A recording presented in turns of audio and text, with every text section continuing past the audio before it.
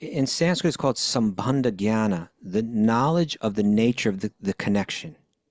Like just like a plug fits into a socket, right?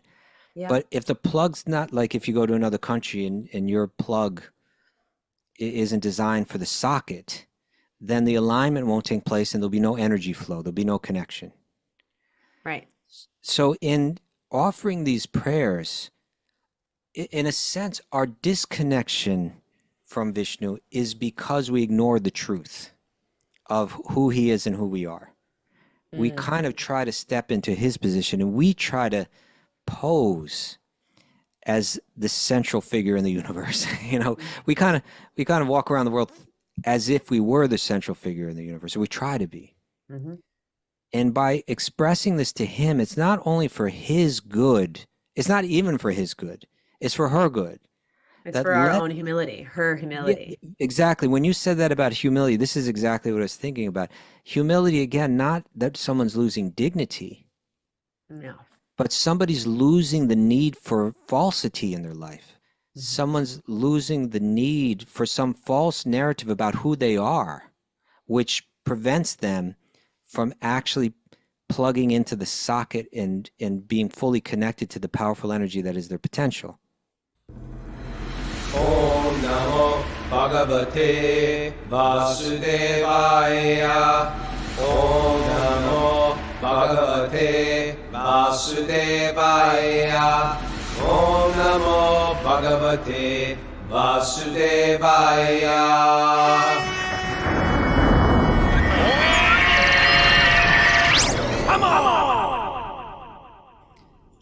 Live from Sri Dham, Mayapur in West Bengal, India. This is Wisdom of the Sages, the Daily Yoga Podcast. Today I'm your host, Kaustubha Das. Raghunath is in flight at the moment. He has left Brazil. He may have landed, is it maybe about to land in Panama? What do you think, Mary?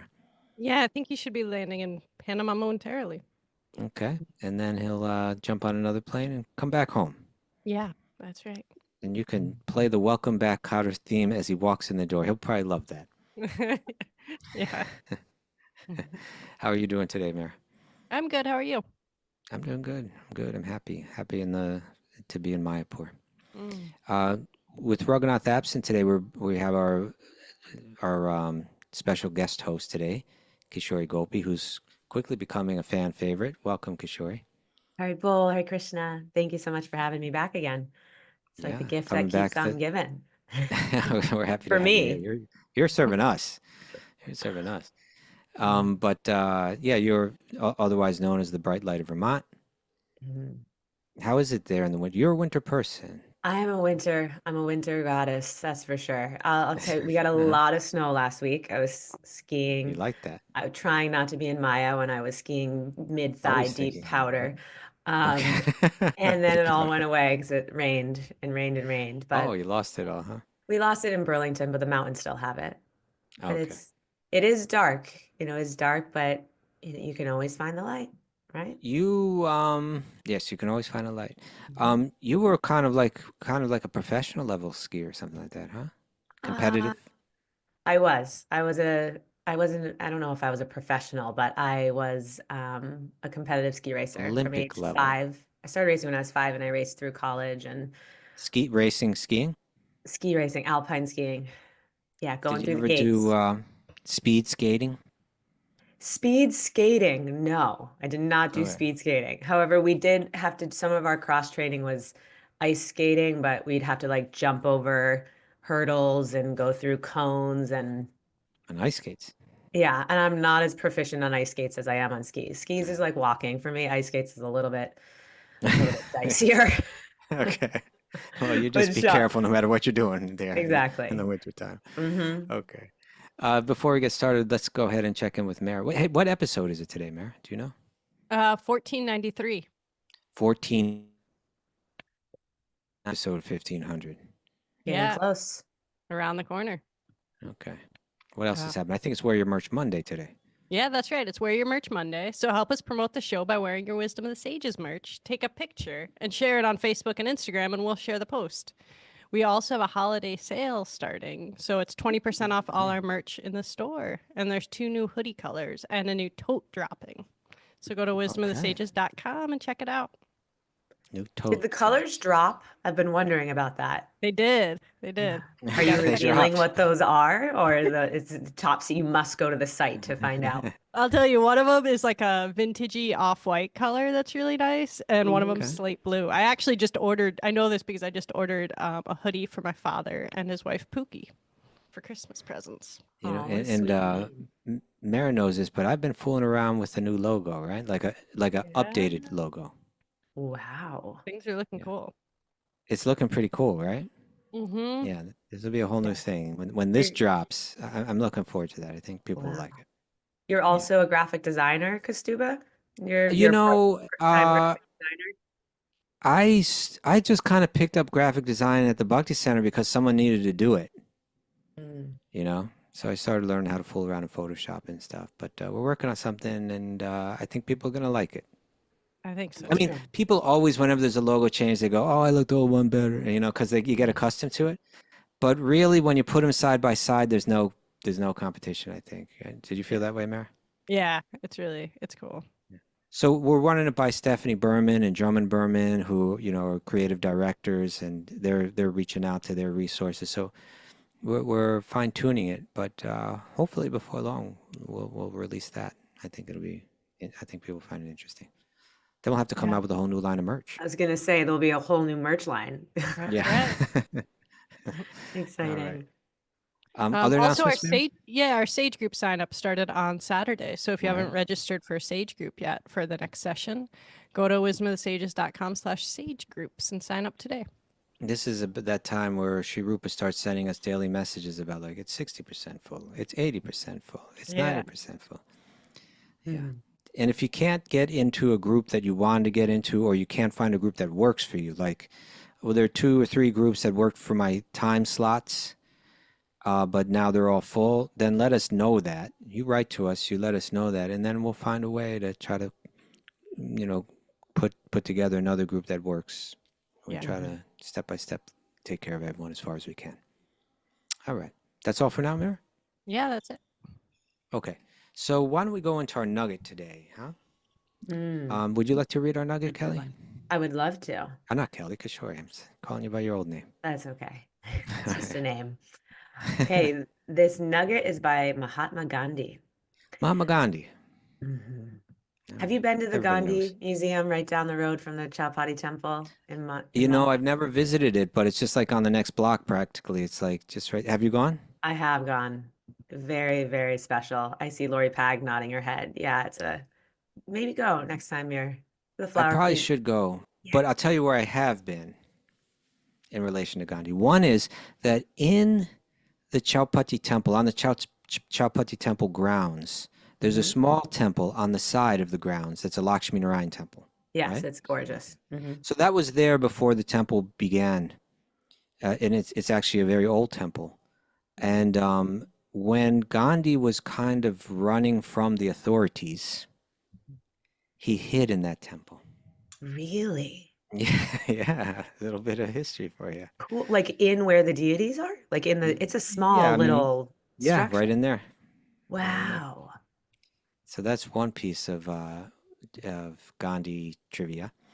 And then the other thing is, Radhanath Swami, I believe he still does it, but for many years certainly he has one day a year he would be invited to speak at the home of Yash Birla, who's from the Birla family. And for people that don't know, the Birla family historically was one of the wealthiest families in India. Mm. But like when we think of a wealthy family, like in America, it's different in India. It's like often in India, the wealthiest families are like, they're really the most pious people, like they're giving people, and they use their wealth to help people, and they build temples and all kind of things. So the Birla family is very much like that. And Yash Birla, inherited this mansion. It was really one of the most beautiful properties I've ever seen in my life. And so Maharaj would speak there to a few hundred people, and I was fortunate to get invited into the house and get a little tour. Wow. And we got to VIP the list. living room. It's a beautiful house, and a lot of original paintings from oh, why can't I think of the artist's name? Oh, it's slipping my name right now. But one of like the classic devotional painters Karma? from. I'm sorry? No, no, no. Karma? He goes back further. He's like Okay. one of the original ones that did like those kind of Hindu posters and stuff. It's slipping my name. It's slipping my mind right now. But It's in okay. any case, it was beautiful seeing those paintings. But when we got to the living room, he said it was in this living room that and my father and several others here, they maybe father or grandfather, probably grandfather. He said that they it's where they plotted for the Indian independence movement, and it was like right in Wow. that room. Wow. Yeah, interesting. Did you feel the energy there? Did you It was well, it was notice a lot. It was I took it in. I took it in. the Yeah, meeting of the masterminds? yeah, yeah. Okay, so what does the Okay. mastermind have to say here? Okay. Mahatma Gandhi, he says, prayer is not an old woman's idle amusement. Properly understood and applied, it is the most potent instrument of action. Okay, and I think he's someone that when he says that, we should take it seriously because he was a man of action. Yep. Right? He got a He lot sure was. done. Big things that most of us could never dream of doing. But he was saying that his prayer, well, I think he's kind of characterizing it in a particular way, or not choosing to respond to how people might characterize prayer. People might think that, oh yeah, grandma, she prays away all day, and just wasting time, and that's how she keeps herself busy. But it doesn't really mean anything. It doesn't really do anything. It doesn't really accomplish anything. If you want to accomplish anything, you got to go out and you got to work, But he was a person that worked. But for Gandhi, and I think for all of us, we can understand prayer as not just like begging God to do something in the world, but it's a way of cultivating inner strength, and clarity, and resolve. Like it's through prayer that I foster the humility and the self-purification that's necessary for me to align with, you could say with a higher power, but even if that's like a bit much for you, like to align yourself with higher principles, with elevated principles. And when you elevate yourself to those principles, when you align yourself with those principles, then you become elevated. And so you get that clarity and you get that resolve because you know what, I'm convinced I'm doing something right. I'm convinced that that what it takes to change the world, that in one sense I'm very small and insignificant. There's like I'm in need of connection, but when I'm connected, I can be incredibly powerful. There is no limit when I'm aligned. And so Gandhi also said, that prayer was the first and the last lesson in learning the noble and brave art of self-sacrifice. Interesting. Yeah. Self-sacrifice. It's a bold thing to sacrifice the self. We admire it in people when they do it. As a matter of fact, the people that we admire most are people that sacrifice, their time, their energy, their wealth, their minds and intelligence, and sometimes even their lives, right? They'll sacrifice their life for some higher principle. And so Gandhi saw prayer as the way, he said, it was the first and last lesson in learning self-sacrifice. It's where you start, and when you come to the end, that's right where you are, still in prayer, still connecting, still staying in touch, with that higher power. Right. Truly, like even part of that prayer is to be the instrument, right? So that, and he even talked about the instrument of action and how do you know what to do? You can receive that information through prayer. That Right. It's such a dynamic, I find prayer to be so dynamic, like a dynamic force. It isn't, I don't think of it, I used to think of it growing up in Catholicism, like kneeling at the end of my bed and saying certain specific prayers that were already written, which is beautiful. Now I also see it like a conversation, like reveal my heart and mind, the light and the shadow, the light and the dark. And um, yeah, and like you were saying, it's a tool for purposeful action and change too. And as Gandhi's alluding to here. Is it a daily part of your life? Oh yeah.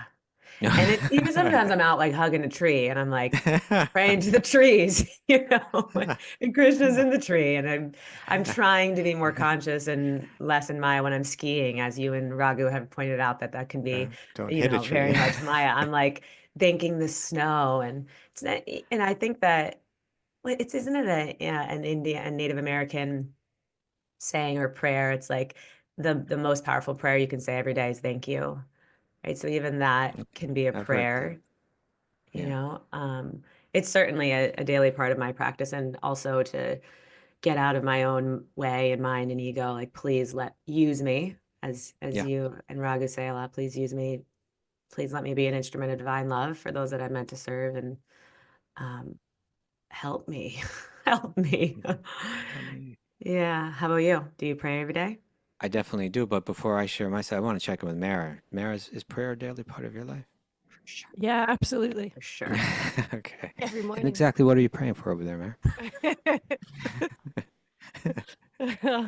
Very personal. Yeah, sometimes it's personal.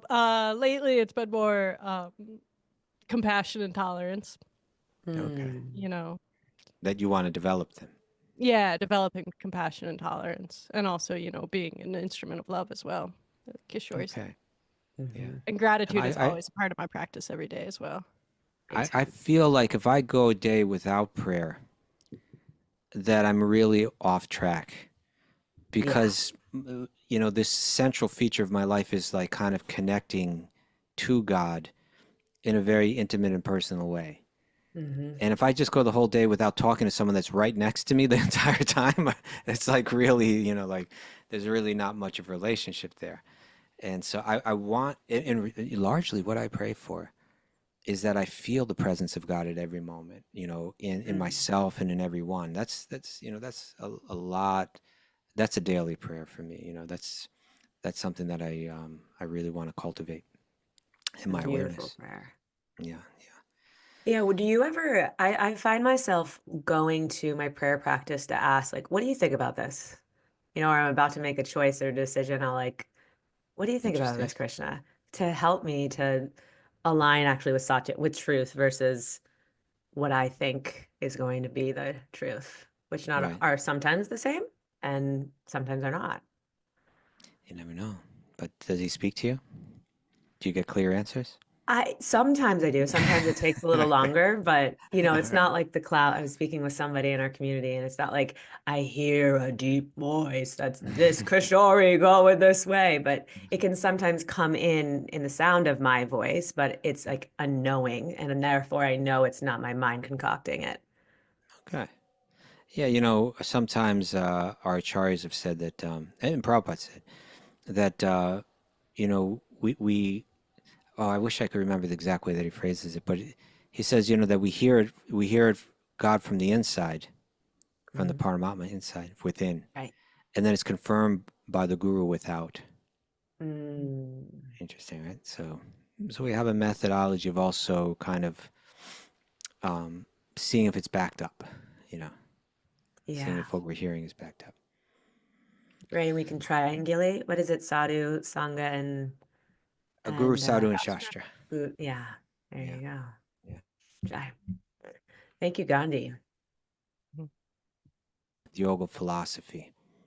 Say it again. You froze up for a second, Kaustubha. Oh, I'm sorry. That this is a podcast that deals with yoga philosophy. And, there are different schools of yoga philosophy or Vedanta philosophy. And I think for a lot of people that come to the Eastern thought, it may appeal to them because in the Eastern thought, God is explained in different ways. And there may be ways that God is explained that appeal to them more. And one of those ways is that it's recognized that God appears in as a non-personal energy, or Brahman. And some people are very attracted to that because they know that there has to be intelligence behind everything, that this can't all be happening randomly. But when you are relating to God in the non-personal way, it relieves you of feeling like I have to submit myself to another person that's superior to me ontologically, and that might be a kind of like a too big a pill to swallow. Mm-hmm. And so then in the mind of that person, prayer may seem to be almost like a childish thing, like almost like, yeah, that's for people that need a crutch and have to believe in some big person up in the sky that's hearing their prayers and responding to them. But when you get to bhakti, when you get to the Bhakti Vedanta, the Bhakti yoga philosophy, it's kind of showing that we're going to see yogis. We find yogis in the Srimad Bhagavatam. But Srimad Bhagavatam is just again and again and again hearing the prayers of great souls, great yogis, powerful yogis, Mm-hmm. and yogis that have kind of reached the full evolution of the depth of their yogic understanding. Like we see that in the Bhagavatam's narrator, Shukadeva Goswami, who was recognized by everyone, by all the sages, as someone that was completely otherworldly. And they even asked, why is it that Sukadeva Goswami, who was so otherworldly and so transcendent, why did he get interested in hearing all these stories of Krishna, who is this God of love? Isn't that for like less intelligent, less renounced, less detached, less aware people? Isn't that kind of stories that certain people need to kind of entertain them, that's hopefully leading them in a good direction, but it's certainly not the pinnacle of spiritual awareness? But no, Sukadeva Goswami is because it is the pinnacle of spiritual awareness. That when you get to the fully evolved message of Vedanta, it's a personal thing that you can relate to that person. And then prayer becomes natural because you speak to that person. It's not just a begging for things, but it's, I need to speak to you. I need to open up to you. I'm tired of turning my back to you and ignoring you. I'm coming back and I want to talk, and open up the communication again. The four Kumars were like that too. The four Kumars were, these super sages, who were among the first living beings in the universe. As a matter of fact, they were the first beings created by Brahma, who was like the first being in the universe, besides Vishnu. So, and they were such powerful yogis that they were able to remain in childlike bodies, but with like fully mature and deep spiritual intelligence. Incredible. Yeah, they weren't ordinary. They weren't Not ordinary. ordinary. These were some serious yogis. Yeah. And the beautiful description that we read in the third canto about how they had what we could call like Brahmananda, the bliss of Brahman. They had a connection with that non-personal manifestation of God's energy, and it was real and it was deep and it was a very elevated state that they were in. But when they came in contact with the form of Vishnu, with the sight of Vishnu, with the aroma of Vishnu, with the touch of Vishnu, and so on, their senses became filled with transcendental form, and it lit them up like anything, and it brought them to the new level. And then what did they do? They started to offer prayers. Yeah, the beautiful prayers in the third canto. So I, I can understand why someone might have some initial feelings of, oh, that prayer is kind of like a sentimental thing that's for people that are really not so informed. But when you go deep into this Vedanta philosophy, you'll see, no. This is when you reach the higher levels, then prayer becomes like really essential. So therefore, the Bhagavatam, which is the conclusion of all of Vyasadev's works, is just full of prayer. Something we need to learn to do, something we need to cultivate. Really a humility practice too. As I was just listening to you speak, it's like Yeah. big time requires humility. I think we're going to get there when we start to read, because today Aditi is going, due to her intense performance of the Payovrata vow that she took, she did these devotional yogic, bhakti yoga practices. He appears in front of her. And then she begins to offer some very interesting prayers that I think will align with what you were just saying. Right. Should Okay. we So chant our shall we dig in? mantras Yeah. in our way? Yeah. Narayanam namaskritya naram chaiva narottamam devim saraswatim vyasam tato jayam mudirayat. Before reciting the Srimad Bhagavatam, one should offer respectful obeisances unto the Supreme Personality of Godhead Narayan, unto Narayan Rishi, the supermost human being, unto Mother Sarasvati, the goddess of learning, and unto Srila Vyasadeva, the author. Nashta pareshva badreshu nityam bhagavata sevaya bhagavati uttama shloke bhaktir bhavati naishtaki. By regular attendance in classes on the Bhagavatam and by rendering of service to the pure devotee, all that is troublesome to the heart is almost completely destroyed, and loving service unto the personality of Godhead, who is praised with transcendental songs, is established as an irrevocable fact. Om Jnanatimirandasya Jnananjana Shalakaya Chakshur Unmilitam Yena Tasmai Shri Gurave Namaha. I was born in the darkest of ignorance, and my spiritual master opened my eyes with the torch of knowledge. I offer my respectful obeisances unto them. Okay. All right, so we are reading today from the Srimad Bhagavatam, Canto 8, Chapter 17, which is entitled The Supreme Lord Agrees to Become Aditi's Son. And we had read up to text 3. Let's just let me just read a little bit from that it was text 2 and 3 were kind of combined together. Yeah. But what I wanted to bring, it says that with full, undiverted attention, powerful yoga right here. With full, undiverted attention, Aditi thought of the Supreme Personality of Godhead. And in this way, right, this was her method of yoga. In this way, brought under full control her mind and senses, which resembled forceful horses. So here's a real powerful yogini. You know, she was given by her guru, which was her husband Kasyapa. She was given this elaborate kind of meditative rituals to perform. And she not only did them, but she did them with yogic intensity and focus. And in doing so, she brought her mind and senses fully under control. So she was reaching a powerful level of yoga practice.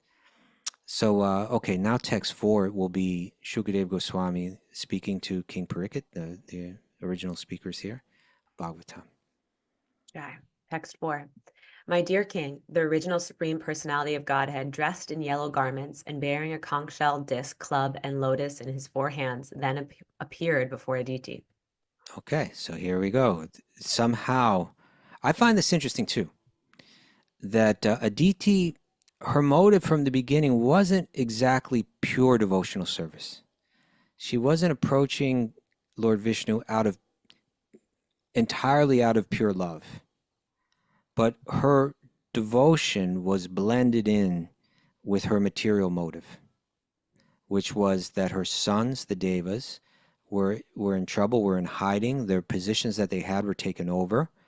Of course, her sons were responsible for maintaining order in the universe. They all had important roles to play. So all of that was being lost by the aggressive action of the demons led by Bali. And so now her prayer and her ritual were done. Certainly she had devotion for Vishnu, but it was also blended with the material motive. But it was so powerful that somehow it attracted Lord Vishnu to appear before her. Can you imagine? As I was skimming the next verse, I'm like, I can't imagine like what I would do. What would happen if Well, we're going to find out. God Actually, appeared? you know, let's read a couple verses. We're going to find out what it's like and what you feel like when that happens. Okay. Text 5. When the Supreme Personality of Godhead became visible to Aditi's eyes, Aditi was so overwhelmed by transcendental bliss that she at once stood up and then fell to the ground like a rod to offer the Lord her respectful obeisances. Okay, so she's overwhelmed with transcendental bliss. She's feeling the feelings that only these very elevated yogis feel, and they'll be described in more detail in the next verse. Aditi stood silently with folded hands, unable to offer prayers to the Lord. Because of transcendental bliss, tears filled her eyes and the hairs on her body stood on end. Because she could see the Supreme Personality of Godhead face to face, she felt ecstasy and her body trembled.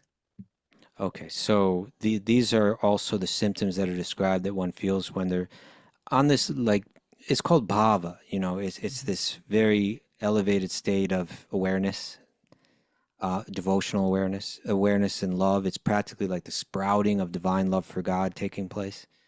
And the natural involuntary bodily symptoms that manifest in you are just like it's being described. Your eyes are filling with tears.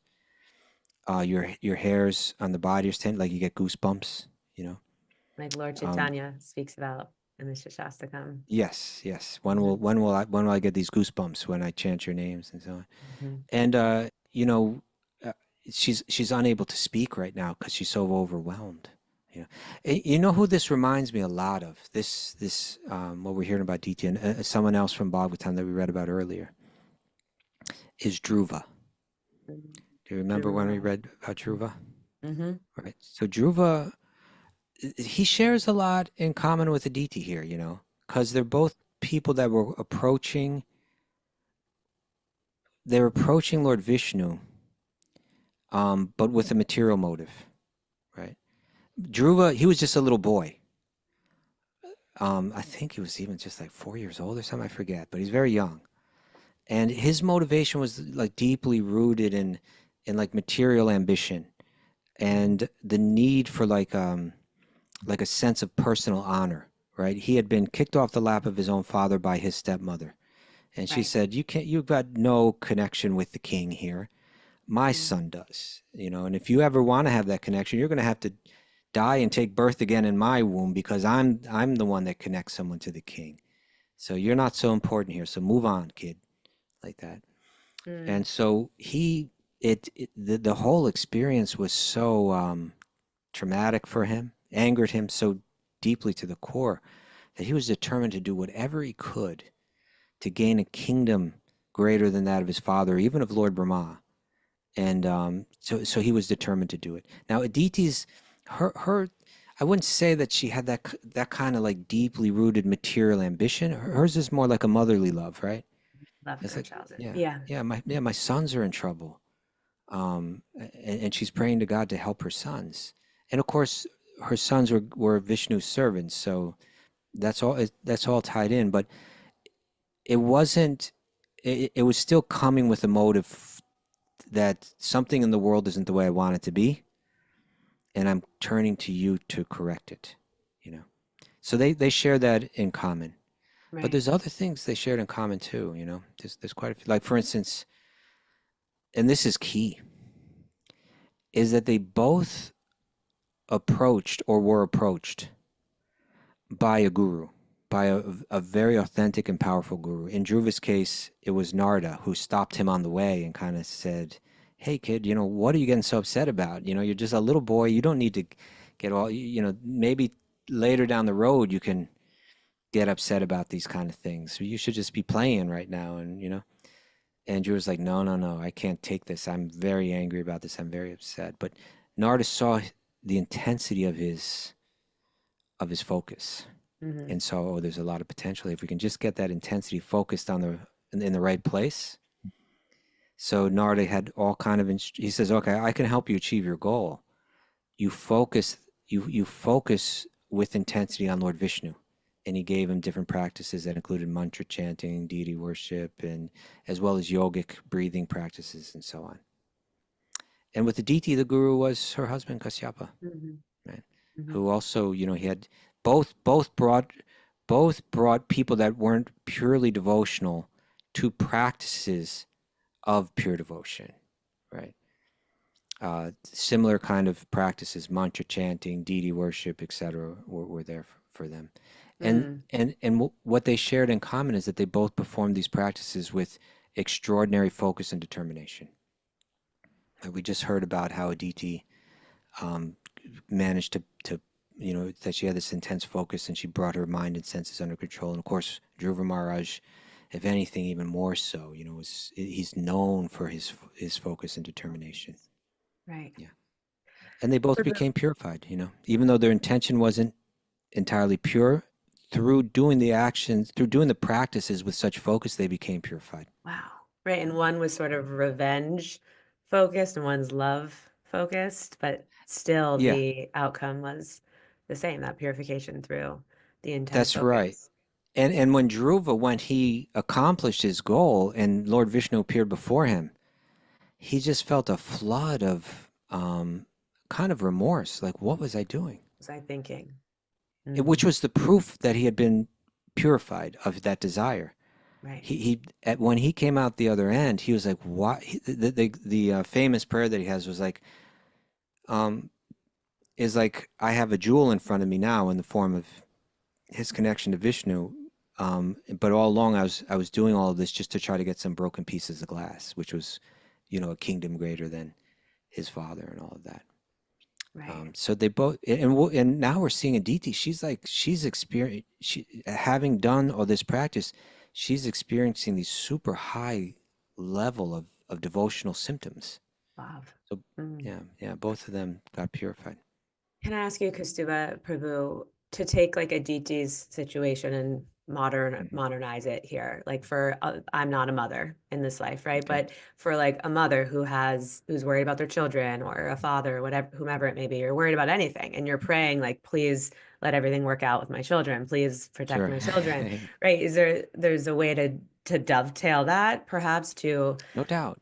to Krishna, so that it's not distracting my mind and that I can come to you more, Krishna, or I can focus more in my practice. This is keeping me from my sadhana, right? Or what would be some other suggestions you would make?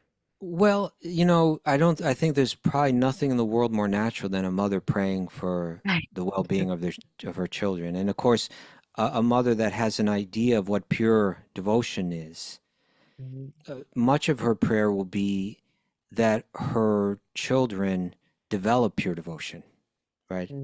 That she becomes an instrument for the development of pure devotion. So like that's an entirely pure prayer. Right.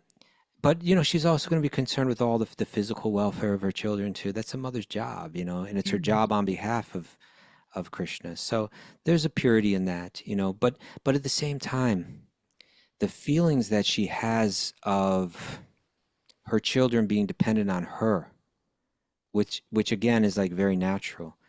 At a certain point in her life, she'll realize, in one sense, they're never dependent on me, right? In one sense, we're all dependent on God, and God is making all kind of arrangements in this world, and ultimately He's our shelter. I'm not the shelter of anyone. That realization will go very deep, as one's preparing to leave this world, Right. And likely one of even the as most painful things to truly let go of, right? That level of I would imagine. attachment, I would think detaching so, from that loving release. Yeah, it's not that the love goes away, but the understanding of the nature of a relationship reaches this transcendent level. Yeah. Okay, let Okay. us continue. Huh? Thank you. Verse 7. Yes.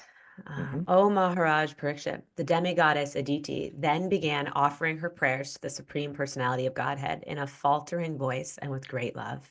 She appeared as though drinking through her eyes the Supreme Lord, who is the husband of the goddess of fortune and the enjoyer of all sacrificial ceremonies and the master and lord of the entire universe. Beautiful. So it's more about her symptoms. She has a fall.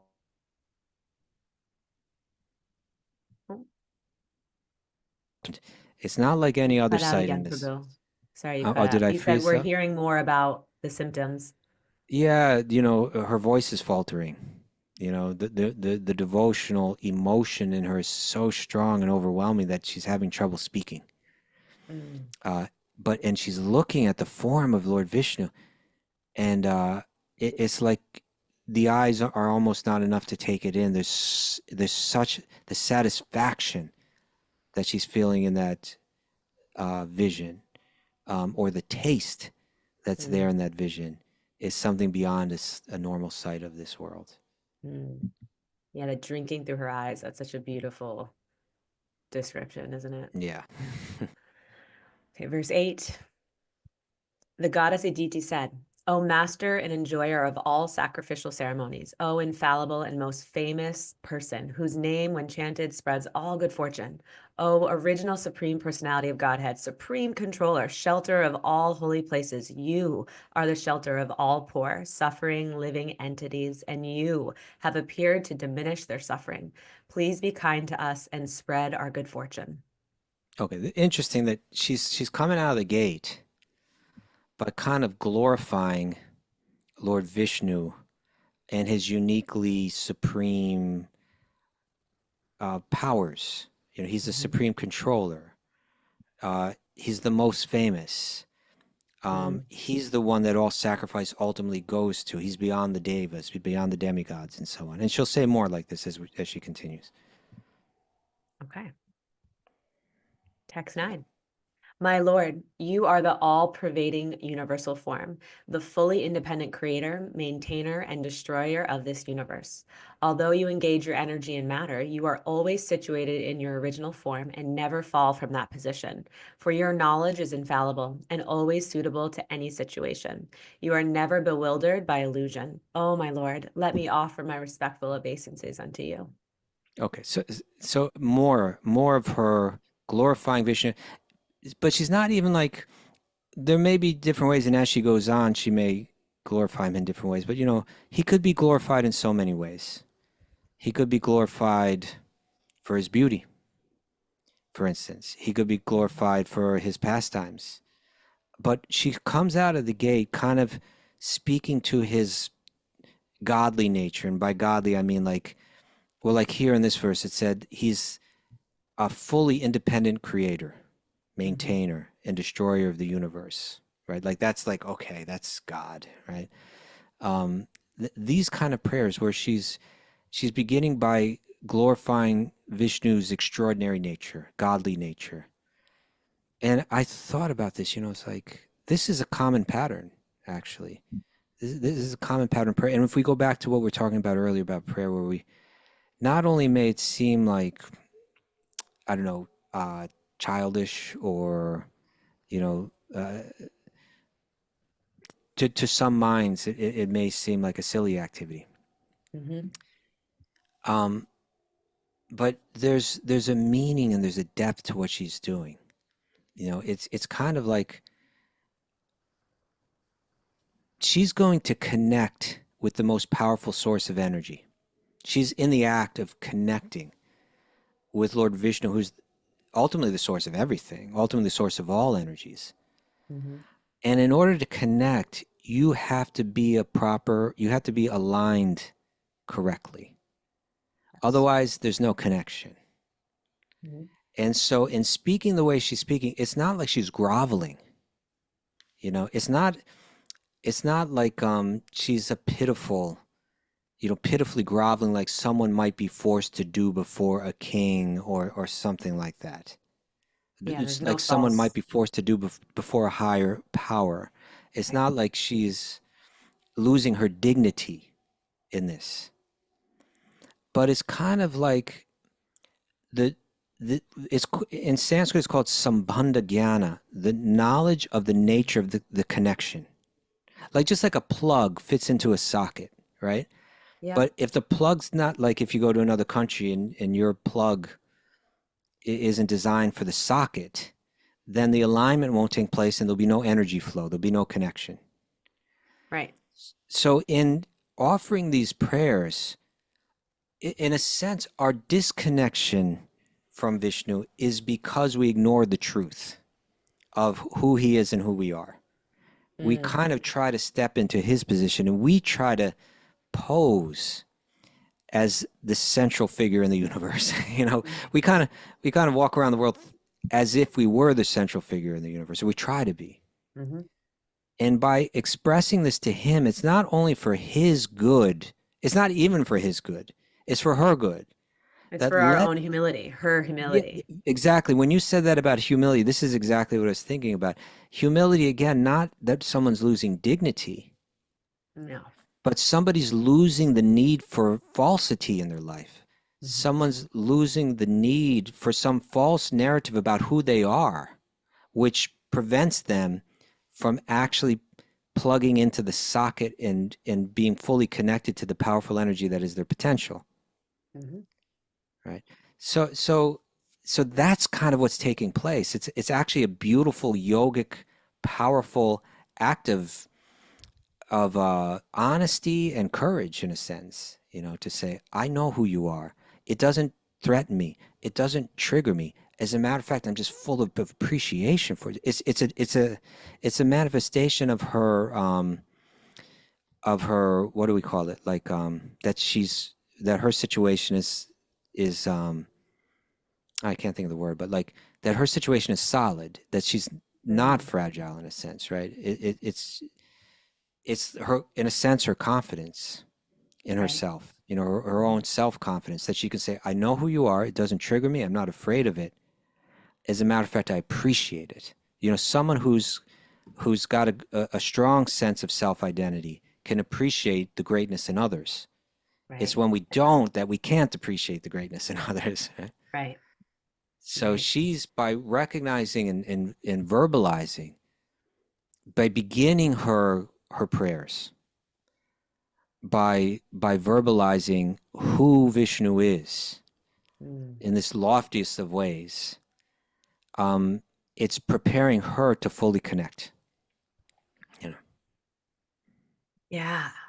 Beautifully said. And this is why we have opening prayers that we sing before Opening. we read Shastra or we Yeah. chant Kirtan, right? To like get us in a mood of humility and to become open and receptive to receiving versus thinking that we know the way. And as you were Right. speaking, I'm like, how could I relate to that? Whenever I'm in front of Radha Swami, like I lose my words. And so what do I say? I just offer Okay. gratitude. I'm like, Right. because I can feel there's a plug to connect into. Right. And truthfully, even the first time meeting you and Raghu, I was like, now I can talk to you. But even meeting you guys for the first time, that feeling of like, whoa, what do I say? They're such learned teachers and they brought so much into my life. And so what do I do? Drop to the ground, right? Offer my obeisances and then offer appreciation when we don't know what else to say. And that isn't false. It's like not because I was told I'm supposed to do that. It's like it's a feeling that you get you're overcome by, or feeling that can Yeah. happen. It's a powerful transformative feeling that is aligning us with that source of spiritual energy. It's aligning us with the entire parampara. It's aligning us with all the great thinkers and great devotional thinkers. And when I say aligning, it's getting us just in the right place where we have the right knowledge and the right sentiments Mm-hmm. to understand, to feel, to connect, and be transformed through that connection. And be empowered by that source of And power. that goes back to Gandhi, right? In other Yeah. words, if we go back, right, he was Be the saying it's not instrument. just some old lady wasting time, but what did he say again? I'll go back. To become the instrument of that. Yeah. He said it's properly understood and applied, it's the most potent instrument of action, right? It's a very powerful, potent thing. It's our own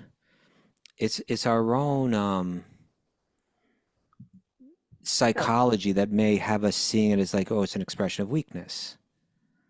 No, it's expression of truth. And you're not being able to face that truth would actually be a weakness. Your weakness. But to be able to face the truth and not only face it, but understand it and still have a stronger self-confidence, that's actually an act of strength. It's like our lightning rod. Yeah. The torchlight of knowledge, right? There Even you in the go. open The torch. prayers. Okay. All right. Shall we hear a bit more of what she has to say? There's good. maybe a couple more verses. Yes. We just did verse 9, right? Yeah. Yeah. So verse 10. Oh, unlimited one, if your lordship is satisfied, one can very easily obtain a lifetime as long as that of Lord Brahma, a body either in the upper, lower, or middle planetary systems, unlimited material opulence, religion, economic development, and satisfaction of the senses, full transcendental knowledge, and the 8 yogic perfections. What to speak of such petty achievements as conquering one's rivals? So, it's interesting, right? So, okay, she's coming out and glorifying him for his power, right? For his omnipotence and so on. And in doing that, she's avoiding limiting him with mundane conceptions. She's saying, I know who I'm approaching. I don't see you within the limitations that other beings have. I know the truth. And perhaps it's strengthening her faith that, one, that he's capable of fulfilling the desire that she approached him with, and a way of acknowledging that that he's the only one that can really do it, And so again, it's aligning herself with the truth of the circumstances. Okay. Verse 11. Sukadev Goswami said, O King Parikshit, best of the Bharata dynasty, when the lotus-eyed Lord, the supersoul of all living entities, was thus worshipped by Aditi, he replied as follows. Oh, here we go. ... Maybe this should be where we end for today, because I think there's... Oh, you want to get it? Okay, let's go. What is he going to say? Maybe just one, give us a little taste. Okay, let's read 1 or 2 or 3 or something like that. Okay, verse 12. The Supreme Personality of Godhead said, O Mother of the demigods, I have already understood your long-cherished desires for the welfare of your sons, who have been deprived of all opulences and driven from their residence by their enemies. O Devi, O Goddess, I can understand that you want to regain your sons and be together with them to worship me, after defeating the enemies in battle and retrieving your abode and opulences. You want to see the wives of the demons lamenting for the death of their husbands when those demons, the enemies of your sons, are killed in battle by the demigods, of whom Indra is the chief. Okay, he knows everything that's going on in her heart. Wow. You want your sons to regain their lost reputation and opulence and live again on their heavenly planet as usual. O Mother of the demigods, in my opinion, almost all the chiefs of the demigods are now unconquerable, for they are being protected by brahmanas, whom the Supreme Lord always favors. Thus, the use of power against them now will not at all be a source of happiness. Okay, so he's saying that you don't have what it takes, and nobody on your side has what it takes to fulfill your desire, right? Just looking at this thing from a practical, strategic viewpoint, you are all weaker right now. Okay, but it doesn't end there. Okay. Text 17. Yet because I have been satisfied by the activities of your vow, O Goddess Aditi, I must find some means to favor you, for worship of me never goes in vain, but certainly gives the desired result according to what one desires. Or deserves, excuse me. Okay. According to what one deserves. Continue. One more? Please. Yeah, okay, I'm caught up now. Okay, you're in it with me. Text 15. You have prayed to me and properly worshiped me by performing the great Payavrata ceremony for the sake of protecting your sons. Because of Kashyapa Muni's austerities, I shall agree to become your son and thus protect your other sons. What? I shall agree to become your son and thus protect your other sons. Continue? Yeah, 2 more verses. Okay, text 19. Always thinking of me as being situated within the body of your husband, Kasyapa, go worship your husband, who has been purified by his austerity. Text 20. O lady, even if someone inquires, you should not disclose this fact to anyone. That which is very confidential is successful if kept secret. Oh, okay. Very interesting. So we can imagine that first she sees Lord Vishnu and she's just so moved, her heart is so moved that tears are pouring out of her eyes and she's speaking with a faltering voice. She can hardly speak clearly. She's feeling ecstasy on such a deep level. Her hair standing, it's got the goosebumps and all that's going on. What a beautiful vision. This is the Lord of our life. This is who we serve. All of us devas, this is the person, that we love and serve. And she was worried about, maybe she was expecting that her sons would be given some sort of power that would make them stronger, or that their enemies would be weakened in some way so that they could make a comeback. But he said that's not going to happen. They're too powerful. But this is what's going to happen. I'm going to become your son.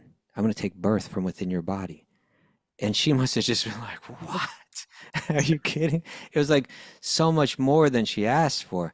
It's not only the protection of her sons, but Lord Vishnu himself is going to become her son. She'll have the opportunity to give birth to him and to love him as a son.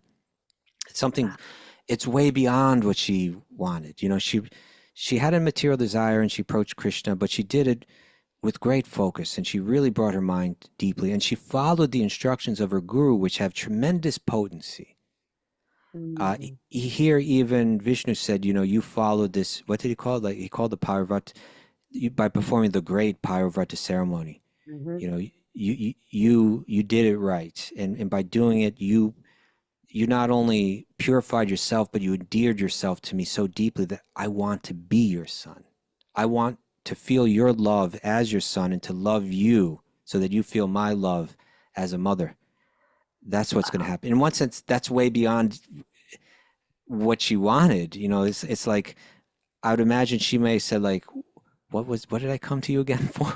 You know, at that point. You know? And it gives some hope to those, you know, fallen souls like myself, who maybe I do pray sometimes with material pretense, right? And that, but in performing my sadhana and performing, you know, and practicing bhakti with sincerity and devotion, that maybe Krishna's not going to come and say he wants to be my son. However, right, there's such mercy. There's such mercy.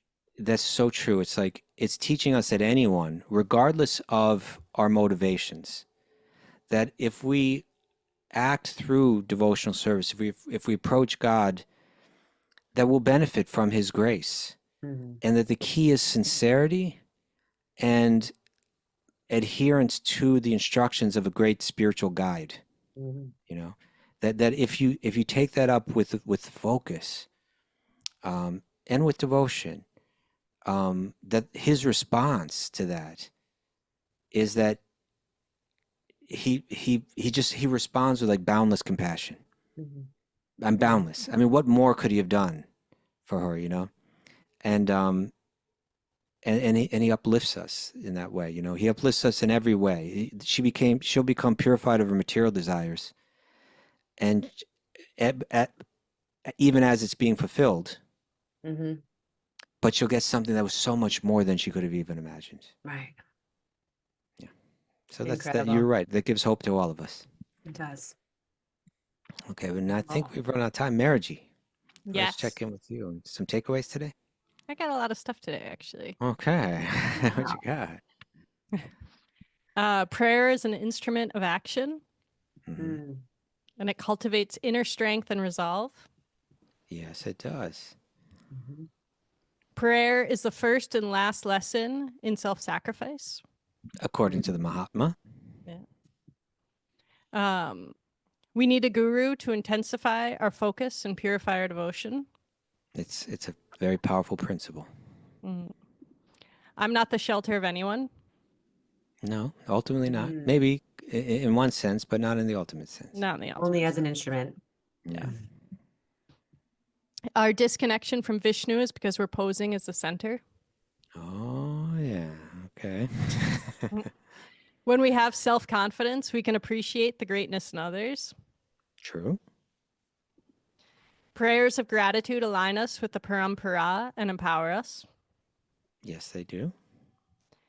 Anyone, regardless of motivation, will benefit from God's grace if we're sincere and following our guide. Okay. God has boundless compassion and uplifts us in every way. Oof.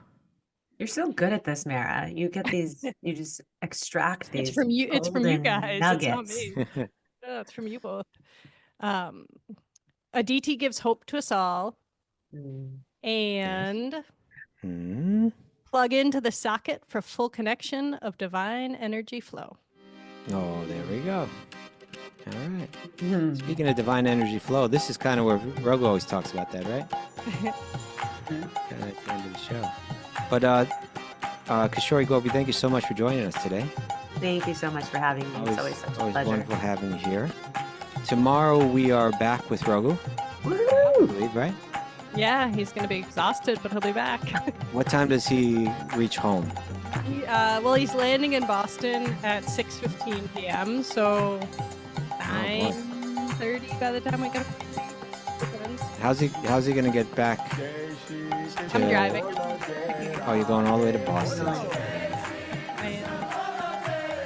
That's a Travel couple hours. safely, Mara. What's that? Yeah, it's a couple hours. Thank you. Okay. You got the snow tires on? I don't actually, but Put those on. I do have all-wheel drive. Be careful. Be careful. Thank you, Mara, for always being here. Oh. Taking care of business. So as I said, we'll be back tomorrow. We're looking forward to being with you then. 7 o'clock, the regular time. It's a beautiful day for a beautiful day, everyone. And let the magic flow. Mwah. All right, boom.